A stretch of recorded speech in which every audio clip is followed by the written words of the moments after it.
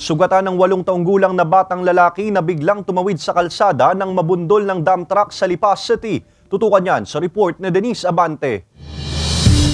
Sugat sa iba't ibang bahagi ng katawan ang tinamo ng 8 taong gulang na batang lalaki matapos mabundol ng isang mini dump truck na biglang tumawid umano sa bahagi ng Leveste Highway sa Barangay Bulacnin, Lipas City. Sa investigasyon ng pulisya, bumaba mula sa sinakiyang pampasaherong jeep ang bata kasama ng kanyang lola nang bigla umano itong tumawid patungo sa kabilang bahagi ng kalsada. Sakto naman ang pagdating ng mini dump truck at nasapul ang biktima. Ito is masasabi nating purely accident. It so happened na nakita niya sa kabilang side ng kalsada yung kanyang tiyuhin, and accordingly is pagbaba nila ng jeep, umuna siya ng tawid doon sa kanyang lola, bumitaw siya sa pagkakahawak ng lola.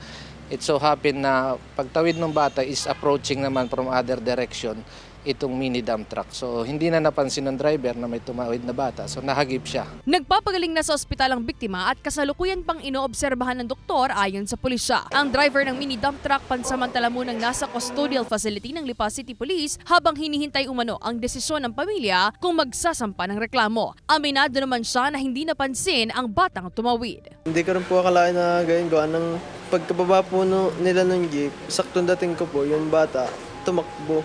Hindi na po kanayan ng preno. Galing po kami yung trabaho na humingi na lang po ako ng pasyensya, gawa ng aksidente naman po yung nangyari. Tumanggi nang magbigay ng pahayag ang pamilya ng biktima ngunit nagkaroon na rin naman daw ng pag-uusap ang magkabilang panig.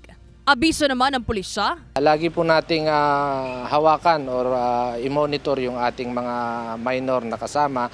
And sa atin naman pong mga driver, panatilihin nating maging attentive sa daan habang tayo nagmamaneho. At yung lagi namin paalala, huwag magmamaneho ng nakainom, pagod, puyat.